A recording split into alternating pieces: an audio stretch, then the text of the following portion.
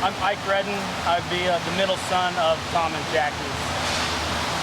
I'm Jackie Redden. What's your name?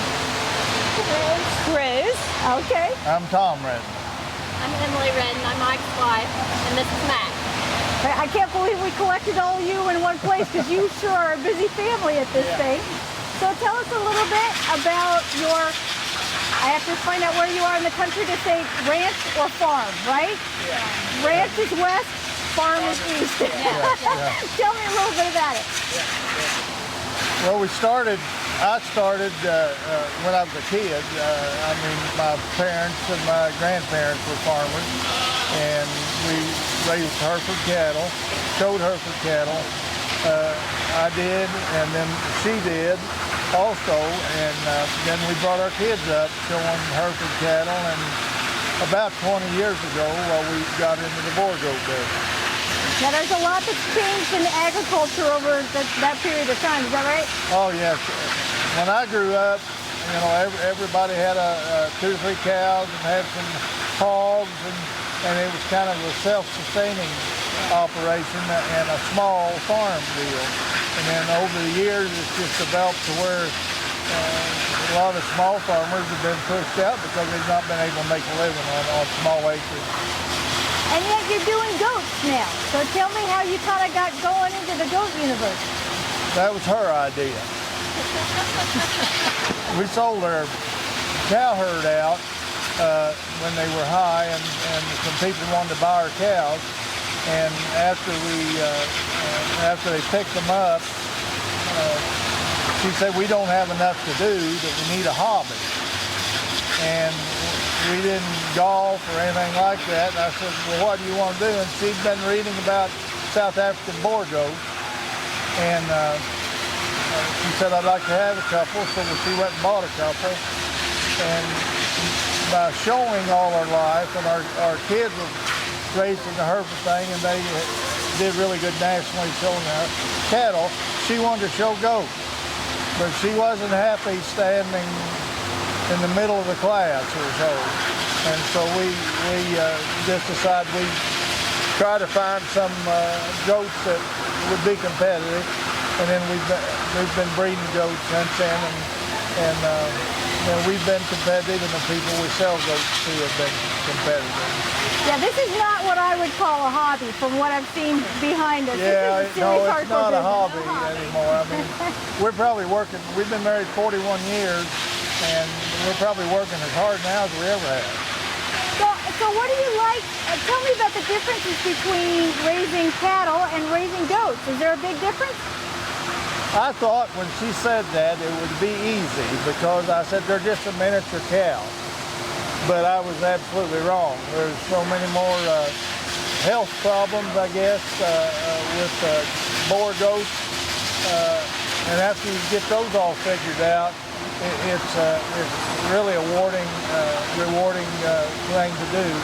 But you got to remember the South African Boer goat was originated in South Africa, where it's dry and arid climate, and then they were imported to West Texas, where it's arid and dry. And then when they started expanding to different places and where it's humid, you develop some problems as far as breathing, foot problems, and things like that. But I think about everybody's got it figured out, and it's kind of under control now. Would please introduce yourselves and tell me your name and the name of your ranch, your farm. So I'm Morgan, and then our ranch is CMT Boers. And I'm Sherry Johnson, her mom. So, and are you here to show your goats? Yeah, we bought 5 of them, right? Yeah, we have 5, and then we have one that one of the 4-H kids came along on the trip with us, so he showed her in the commercial class. So tell me about CMT. So that's pretty much family business. So my older sister is Caitlin, and then we have my brother Ty, and then we have me, Morgan. So just kind of combine the first letter of the names, and what we got. That's great. Where are you located? Turlock, California. Turlock. Now that's it's hot here today. We're at 104, they say, right about now. Yeah. But Turlock's not exactly a cold place either at times in the summer. Tell us about it. So we have heat. I mean, we have thermostats set up on the fans so we can kind of keep the temperature at least so they are circulating. We're fortunate. We have about an acre worth of pasture. And so we flood irrigate every 2 weeks, so it kind of keeps the temperature down out there. She doesn't have a huge herd. She's running around 15 does, and then she has her own herd buck that she actually raised out of one of her own. So these are all actually, with the exception of one doe, are bred and owned. So out of her buck. Now, California, everybody associates with surfers and beaches and things like that, but we have a lot of agriculture in our state, don't we? Yes. But do a lot of people have goats in your area? No, it's more cattle because we're close to Homer, so we got a lot of the dairies. But that amazes me because it seems like it's the perfect area for goats. Yeah, there's a couple of dairy goat ranches. So they do have those, and they've got one of the processors is there for the dairy goat milk.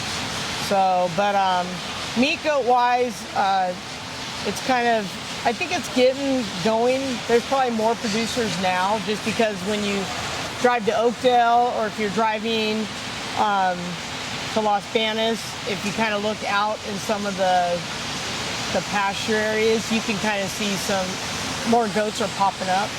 So I think they're becoming more manageable. I know that with the wildfires and stuff in California, there's a big push to use goats to kind of graze. San Diego, they do that, forest areas, and so that's kind of a big push. These, of course, aren't made for that. These are more for the Meat Goat Association. But they actually can survive on the brush with a little bit of additional. Oh yeah, help. these guys.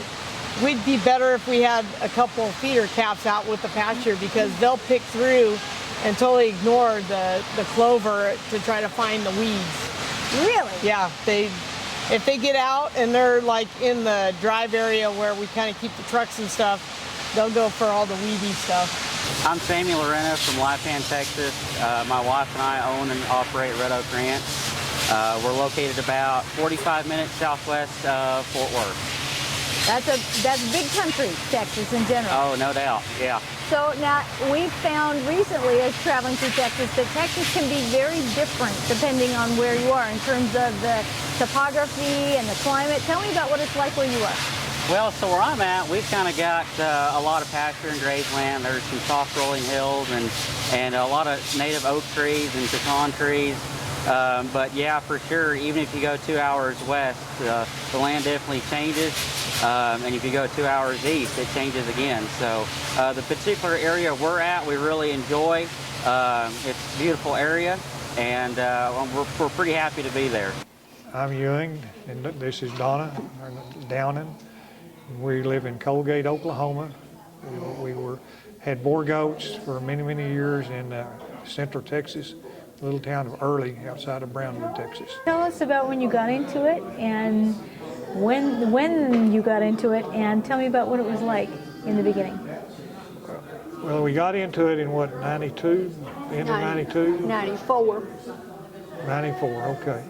And we originally purchased some semen and some embryos from New Zealand because the United States government had sanctions against South Africa where we couldn't bring any animals in from South Africa or do business over there. But while I was in college, I had two professors that came back from South Africa with pictures of Boer goats and Dorper sheep and Angoras. And I thought that was the neatest thing that I'd ever seen. I'd never seen animals that muscular with that much mass to them. But I mean, 10 years before that or 20 years before that, I didn't even, knew we couldn't get them. We found out we could get them through New Zealand.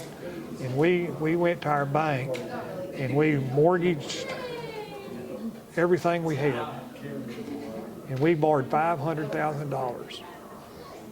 I took money from my mom and dad. We took money from our children's college fund. And we gambled on everything. And we flew to New Zealand. with another friend, and my theory was they'd already had one release of Boer goats in South Africa, in New Zealand. So I thought there's got to be some extra goats in the country. So when we get off the plane, Donna goes and gets a rent car. No, I go and get the rent car, and she goes to the phone book and starts looking up feed stores and vets. Any ag-related. Any ag-related. So we start calling people as we're getting in this rent car. Of course, she didn't have cell phones then. We had to go to a booth. We couldn't locate anybody, so we thought, well, we'd go to the next town towards where this sale was going to be. So we get in the car and we get to another town and we call some more people, and they said, well, you know, we know there's more goats here in New Zealand, but there are not very many of them. So we stopped at a vet's office and a feed store at another location. She went in one, I went another one. She came back, we were outside the car talking. She said, they don't know anything. They know they're here. They don't know who they are. And I started noticing these vehicles passing, and they're like bobtail trucks here in the United States with a little tag-along trailer. I noticed 4 or 5 of them go by, and they were going up a hill. I told her, I said, get in the car. So I go up there, and there's all these trucks around a tree. There's about 20 different trucks, and these drivers are standing under this tree. I got out the car and I walked up there and I said, say guys, do y'all know anything about Boer goats? And 20 of these truck drivers turned around and looked at me and they said, man, you're not from New Zealand, are you? And I said, no, sir, I'm from Texas. They said, yeah, we know you're from Texas. So I told them, I said, I'm looking for Boer goats. They said, yeah, we know where they're at. I said, who do I need to talk to? He said, you go up there to this house up here and that guy will give you the information. I walked in there, knocked on the door, walked in, and this guy's got a telephone in each hand. And he's talking to one guy, telling him to go to this location. He's telling this other guy to go somewhere. And I said, I need to know if there's any breeders with Boer goats in New Zealand. His head pops up. I told him, I said, can you give me the addresses and the phone numbers? He writes on a piece of paper 4 or 5 different people. So sure enough, we go back to town and we called and we made arrangements to go out, and those were some of the goats we bought. And they sent us to some other guys, and we bought 12, either 10 or 12 individuals in the country that morning. And then we contracted to buy a couple more sight unseen that they had on the South Island. We were on the North Island. So we go on to this sale. And that night we have Landcorp has a big barbecue party for all the buyers. Well, while we were in the airport in California, we'd seen all these people that we thought hey, that's so-and-so. Well, they're on a different plane. There's about 5 different planes went that day. We all land over there at that party that night. Well, the word's already out. We bought these goats in the country. So the next morning when we get to the sale, our owners of the goats, the sellers, come to the auction. We had paid basically nothing for those goats. I mean, compared to what happened later. And all these people were trying to buy our goats. We didn't even pay them any money. We didn't have a contract. It's a handshake deal. And we said, let's do a contract. They said, oh no, we'll do it. You're going to tour New Zealand, and before you go back to the airport, we want you to come to our house, and we want to have a big party for you and barbecue. So for 10 days, we toured New Zealand, sweating it. And that night we go back, we go to their party the night before we fly out, and they cook for us a really nice meal. Late that night, about 12 o'clock, something was said about the contract. They said, oh, we really don't need to do a contract. I said, yeah, we really do need to do a contract. They were going to have to stay in quarantine there for 90 days, and we just felt much more comfortable, with the contract. We got that far and knew that we were about ready to write a check. Yeah. Public speaking, take 1. my name is Logan Marie Holland. And tell me how we met you. Well, I was over there getting ready to go my public speaking speech, and I had two lovely people come up and ask me if they could interview me, and of course I said yes. Which leads me right into your talk, which was on marketing. You do beautifully at it, obviously. Thank you. Now, why did you choose this? Did you get to pick from the list of questions? No, they do have a prepared topic for us to go into, and everybody talks about that, but they change it for each age division as it goes along. But I was truly thrilled when they brought forth the topic of marketing and advertising, because that's just something that I love doing. I love talking about my goats. That's what I'm here for. I love talking about anything animal related, and I had so many great people that stood behind me and helped me and pick point and just keep me on that straight and narrow of what I need to talk about. And just really, I had such a great crew of people, and it was just a fantastic experience. Imagine if you purchased an animal and have known where it came from or if it had any health problems. Would you feel safe cooking it for your family? Would you feel comfortable introducing it to your herd? Today I'm going to tell you about the many reasons why identification is important when we register our animals. I'm Rebecca Knotts. I'm Cabell Knotts. And how did we meet you? I did the speech contest. Yes, and you were a brave lad and decided to allow us to film. We've got this big old huge camera here, so that was great. And you gave a great speech, and you were very clear and direct, and you looked at the listener of the speech. We thought that was really wonderful. You tell us what you talked about. I talked about the many ways of identification and how it helps us improve the identification. Now, you also talked about one of the problems with one of the forms of ID, which was the ear tags that they can fall off sometimes. So, do you still prefer ear tags even though there's an issue, or do you prefer something else now? We still prefer ear tags. Yeah, but you also mentioned something in your speech that I thought was important. You can identify the goat from far away. Do you think that's important? Yeah. So why do you have your son do the public speaking event? We homeschool, and that gives him an opportunity to get out and meet new people and build confidence and to be a better leader when he's older. So, do you have your very own goat? Yeah. And what's your goat's name? Marie LeBeau, but she's not here. She's not here. Okay, you left her at home? Yeah. So, do you help with showing the other goats? Yeah. He's got two here still, though. He brought her brother and sister. And name me all the names of your goats, please. Nickel Moore, Trouble with the Curve, Marie LeBeau, Jovi, Libri, and yeah, I got a lot of them.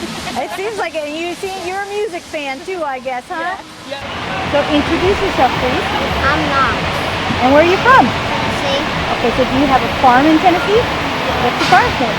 Logan Farm, Ah, okay, so give me the names of your goats. All Chelsea, Daisy Peg, Reba Fancy, Queen Bee, Okay, well you obviously like Reba McEntire, am I right? Because I got Reba and Fancy, and I think that's a Reba thing, right? Okay. My name is Kaden Brown, and my goat's chewing on me. This one's name is Screamin' Hot. That one's name is Bombshell. And our farm is Brown Family Farm. I like to do the public speaking because it's just fun to do it. It gives you also learn way more stuff about what you're talking about. How you communicate to the judge and how you need to hold yourself.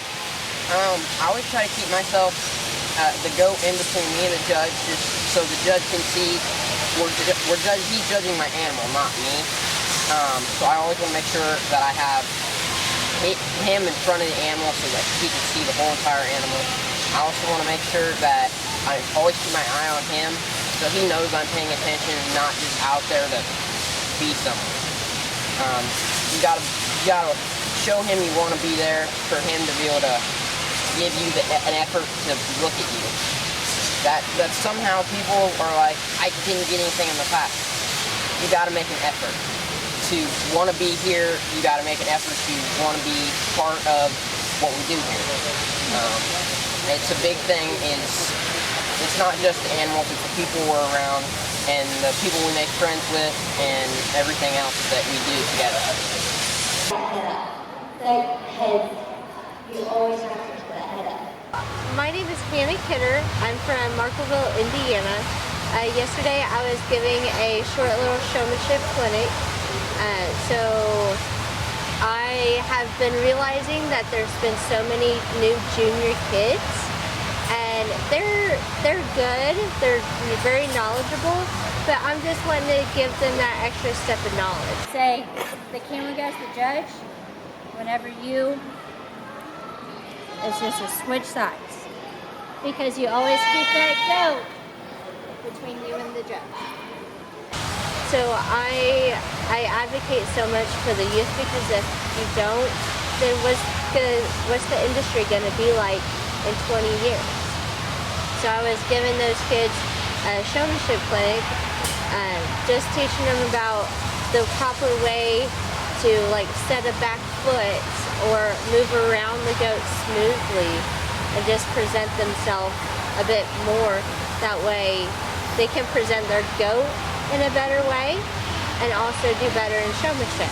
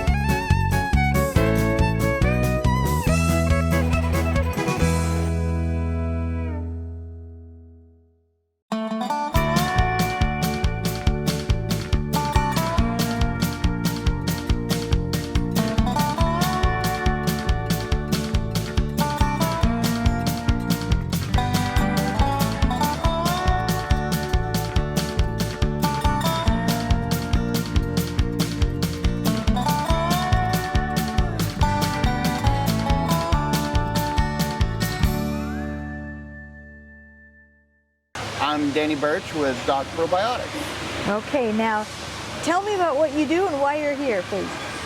Well, I have an animal supplement company, and we concentrate mostly on gut health. So we have a product that has got a prebiotic, live micro-encapsulated probiotics, electrolytes, a yeast, and a few gut sugars in there to help soothe the lining of the stomach and intestine. So how did you get involved in this in the first place? Well, that's a tricky story. So we like those. I do animal health, animal husbandry, AI.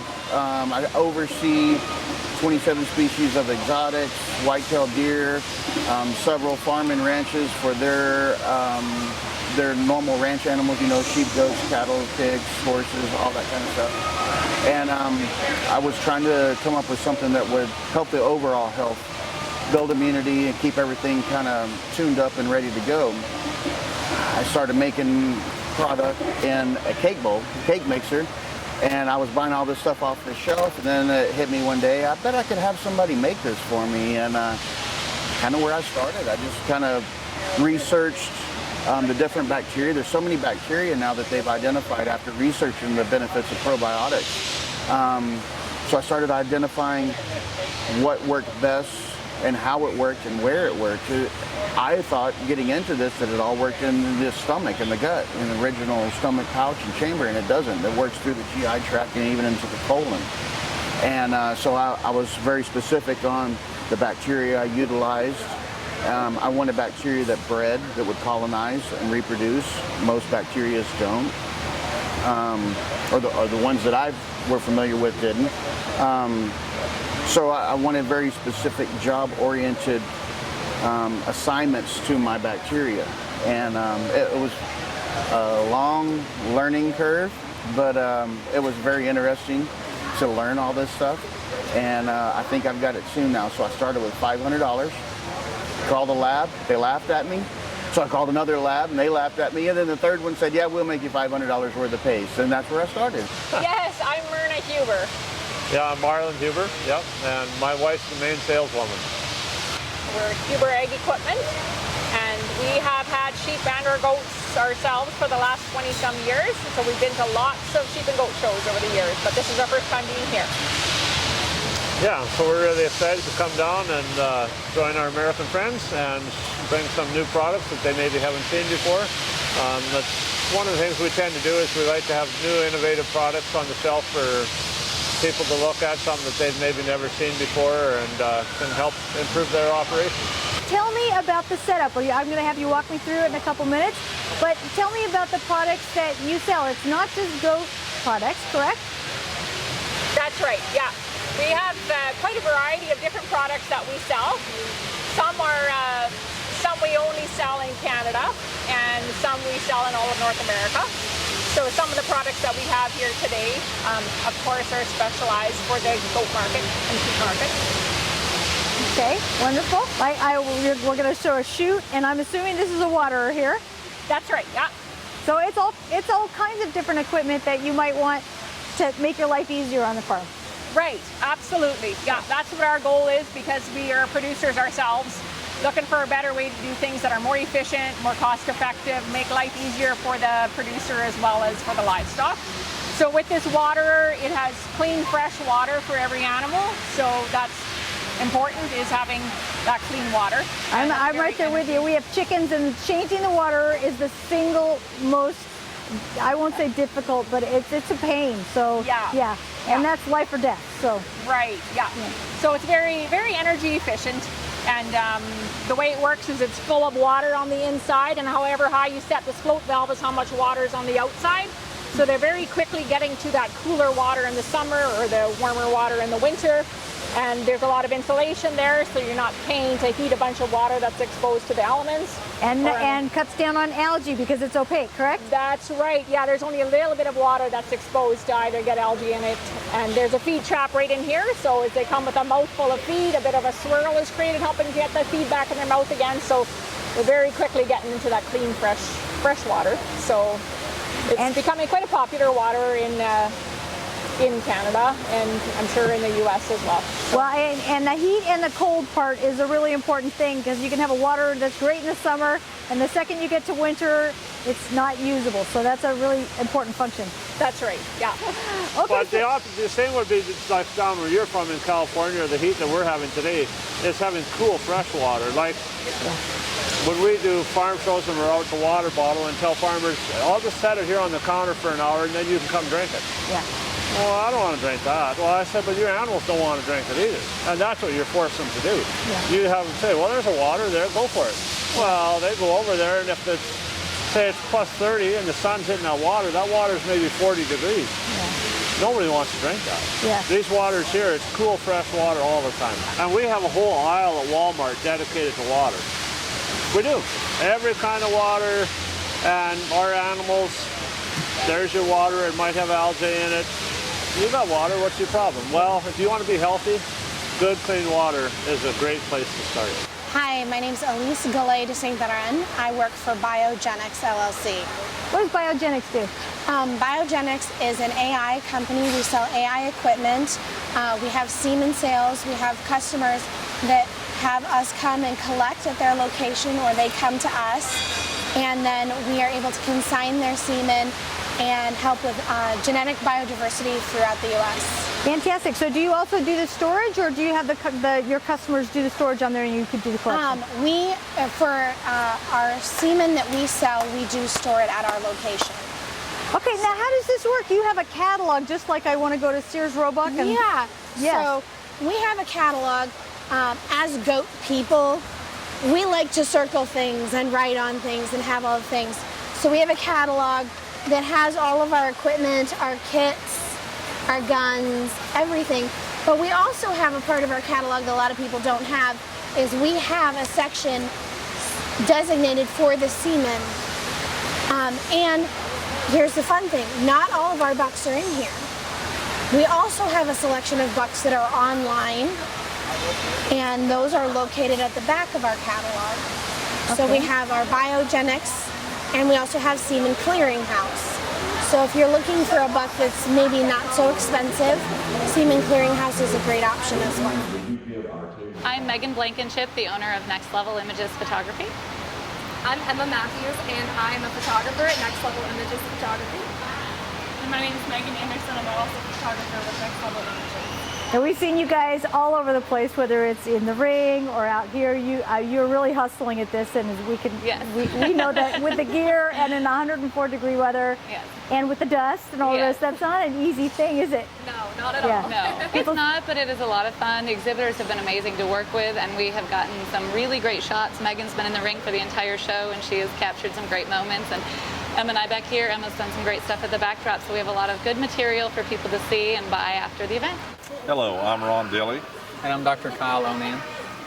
We're with Flat Rock Services in Stillwater, Oklahoma. We were talking about the auction last night, but it's hard to grab you guys, not just because we're in the ring here, but also because everybody seems to know you at these things. You've come quite a bit, but you also seem to be on first name basis with practically everybody at this show.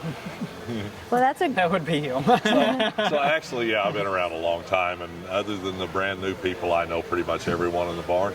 But actually, Dr. Onan, for some reason, he may have a little bit of a magnetism. Everybody loves him. He's gotten quite popular in a short time. So this is the first year I've been hired on as the vet on staff, or that oversees the show, does all the check-ins and does the walkthroughs. Or last year, 2 years ago when they had it here, we came up and collected bucks and processed semen, but then this year we let that go since I was going to be on staff and everything. And luckily we were able to have a booth again where we could advertise and promote and then help with any kind of semen trading that goes on. That way it's under nitrogen and it's safe, and we don't hurt anybody's semen. It's all controlled, and that way people can bring semen here, swap it around, and then take it back home and excel their program as it needed to be. But yeah, luckily they called and I said, well, sure, I'll be on staff, and it's been very good. Been treating quite a few animals every day, just making sure everything's okay. Nothing out the ordinary, normal traveling or show issues that we've treated. So it's been good, and luckily lots of good food, so we've been able to socialize and visit with everybody as the show goes on, and gotten to meet quite a few, so it's been nice. Nitrogen? Thank you. But I don't know what the effect is, but as we're standing here and people are milling about, it looks like something out of a Vincent Price movie, because they come to you to help store their material, correct? They do. So one other service that we provide semen and embryo storage at our facility. We have a fleet of shippers that we ship to and from other facilities and farms and ranches, and I'm sure you'll see footage along with this showing me recaning semen, and it's just a safe way to move semen straws from one cane to the other without damaging the semen. And so we do a lot of different services, but I did want to make a point that we're big in the storage and shipping. My name is George Benjamin Jr. I'm from Kissimmee, Florida. That's about 12 miles from Disney World. Takes me 3 days to get here, and I come every year. I do stuff for the 4-H. I do stuff for FFA. In fact, FFA just hired me to do their new registered trademark buckle. That's this one here. That buckle there is going to be sold for $148 at the show. I'm selling it here on a sale, a COVID sale, for $78. But that's a lot of work that goes into that. So I see why they. Yeah, but they're giving the money to the kids, so that's my donation. Yeah.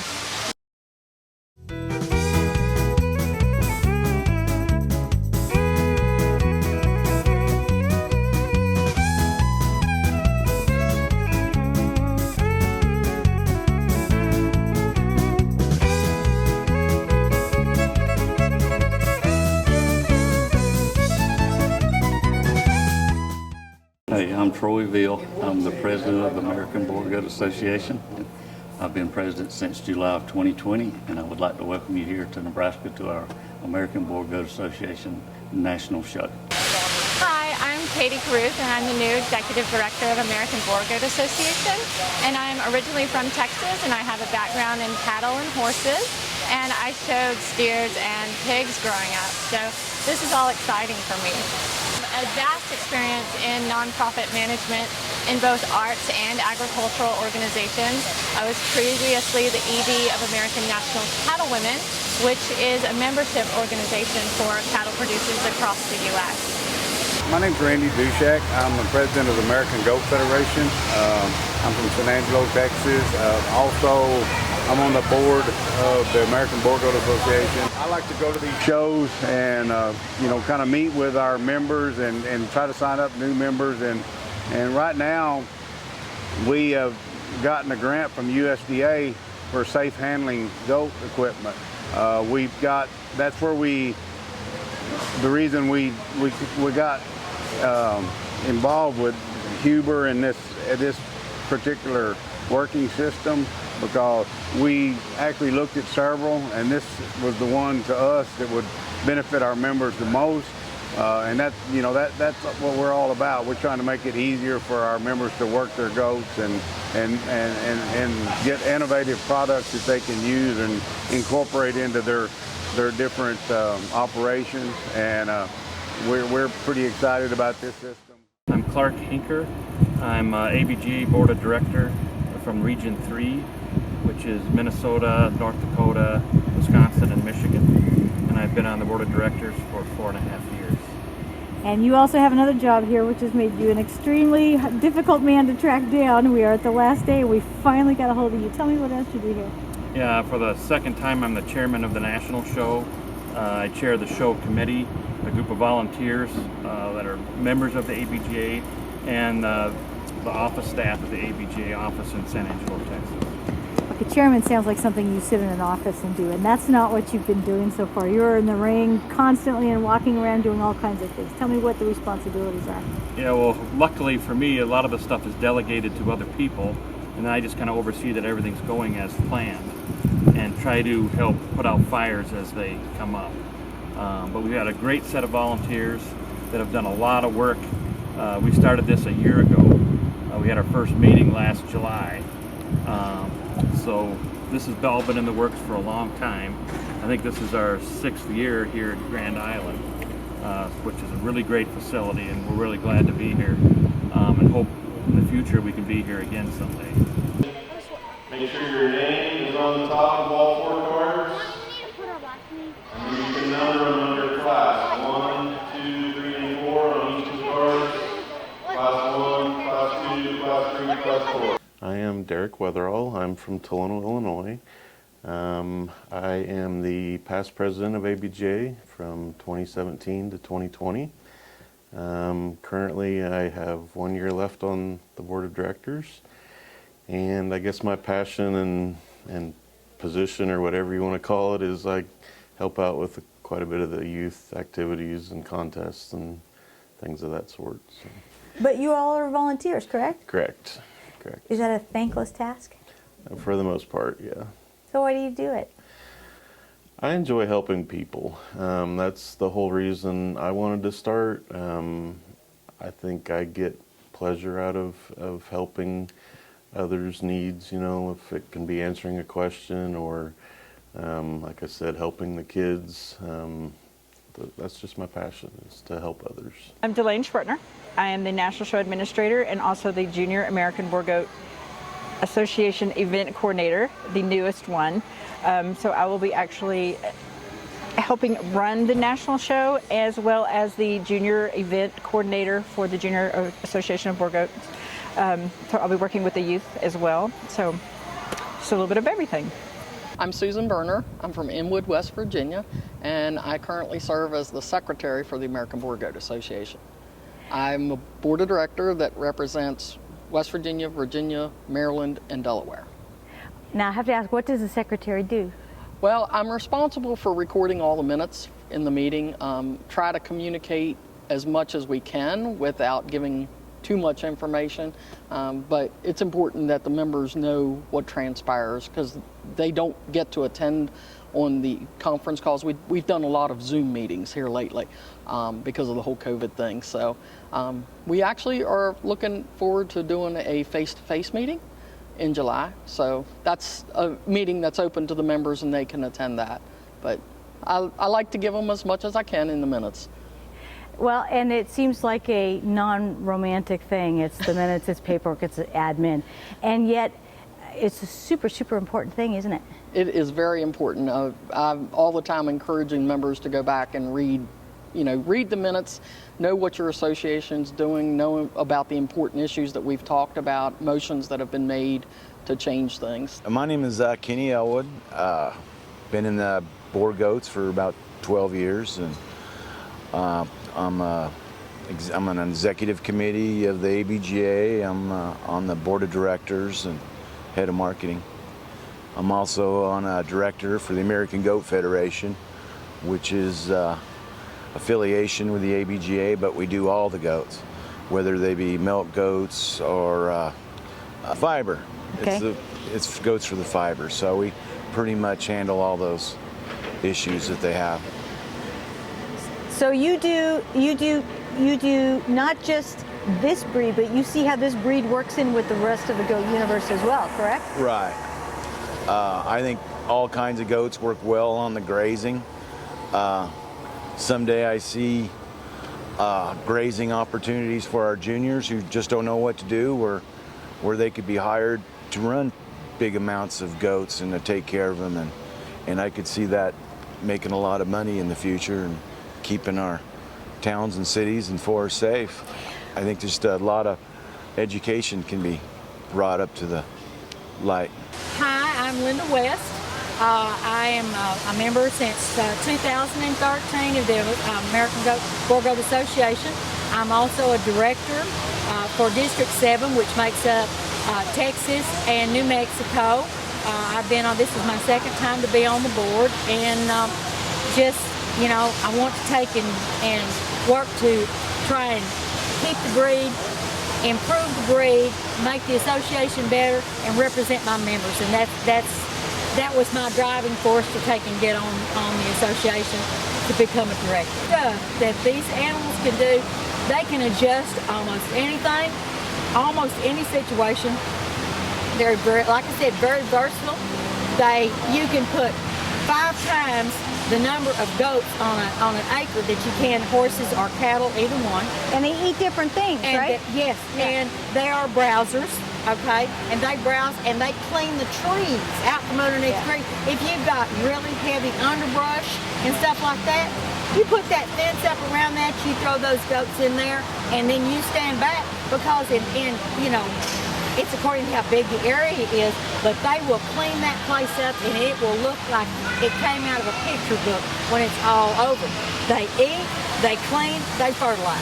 What more can you ask for? Hi, I'm Monica Bridges. I'm currently the youth coordinator. I do all things with the kids and registration for the American Boer Goat Association. My name is Chris Miller. I'm a registration clerk for the American Boer Goat Association temporarily. I do all registrations, transfers, as well as entering semen collection, as well as service memos. Hi, my name is Taylor Lemon. I am the Public Relations Director and Magazine Editor of the Boer Goat for the American Boer Goat Association. I deal with any kind of media specialty or kind of educational research and just public relations for ABGA, as well as the creative director for our magazine. You do a little bit of almost everything too. A little bit, yeah.